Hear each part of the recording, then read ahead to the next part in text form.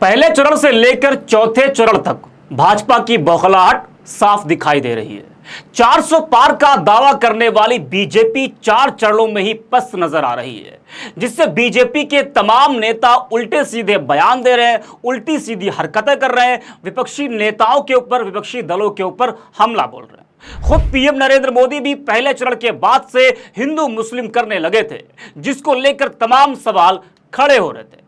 वही चौथे चरण के बाद बीजेपी ऐसी बौखलाई कि उसने विपक्षी दलों से हाथापाई करनी शुरू कर दी। जी हां, आपको बता दें कि कानपुर लोकसभा सीट पर चौथे चरण के दौरान वोटिंग हुई। हालांकि वोटिंग खत्म होने के बाद जो आंकड़े सामने आए उसके अनुसार राज्य में सबसे कम वोटिंग कानपुर सीट पर हुई। लेकिन वोटिंग खत्म होने के बाद कांग्रेस और बीजेपी के कार्यकर्ताओं के बीच जमकर मारपीट हुई। कानपुर में शांति से संपन्न हुए चुनाव के बाद मतदान खत्म होने के बाद बर्रा इलाके में बीजेपी और इंडिया गठबंधन कार्यकर्ताओं के बीच जमकर बवाल हुआ। मतदान खत्म होने के बाद बर्रा के यादव मार्केट इलाके में स्थित RS education centre polling booth के बाहर बीजेपी और कांग्रेस प्रत्याशी के कैंप लगे थे। जब कार्यकर्ता कैंप हटा रहे थे तो उसी दौरान दोनों तरफ से जमकर नारेबाजी शुरू हो गई, जिसके बाद दोनों तरफ से मारपीट और पथराव शुरू हो गया। कहा जा रहा है कि इस घटना में बीजेपी के 2 कार्यकर्ता घायल हो गए।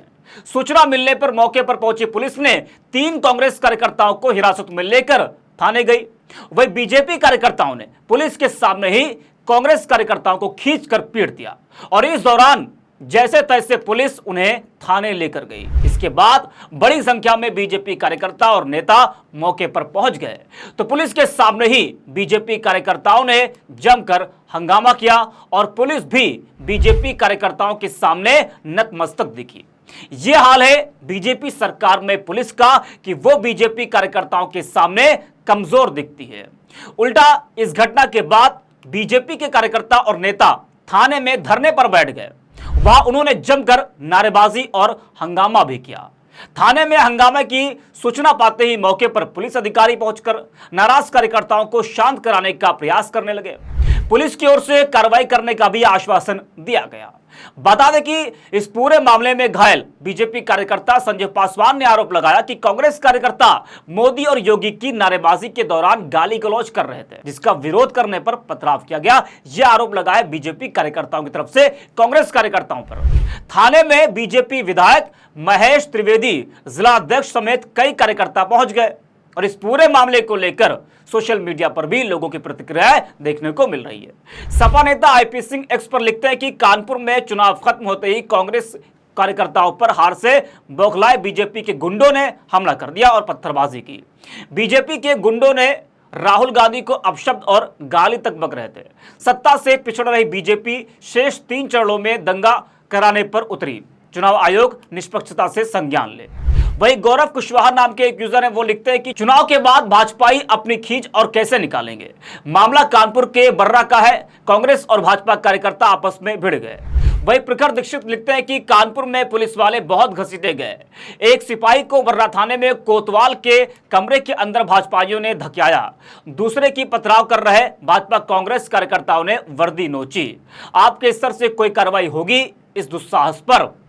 आपको बता दें कि कांग्रेस ने कानपुर से आलोक मिश्रा को टिकट दिया है।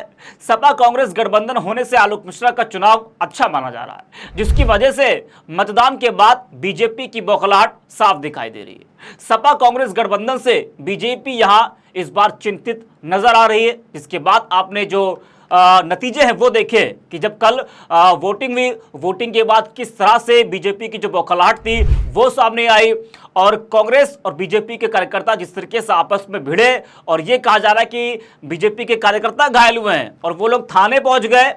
पुलिस प्रशासन मुर्दाबाद के नारे तक लगे। सोचिए, बीजेपी सरकार में बीजेपी के ही लोग अपनी पुलिस के खिलाफ जो है वो पुलिस प्रशासन मुर्दाबाद के नारे लगा रहे थे।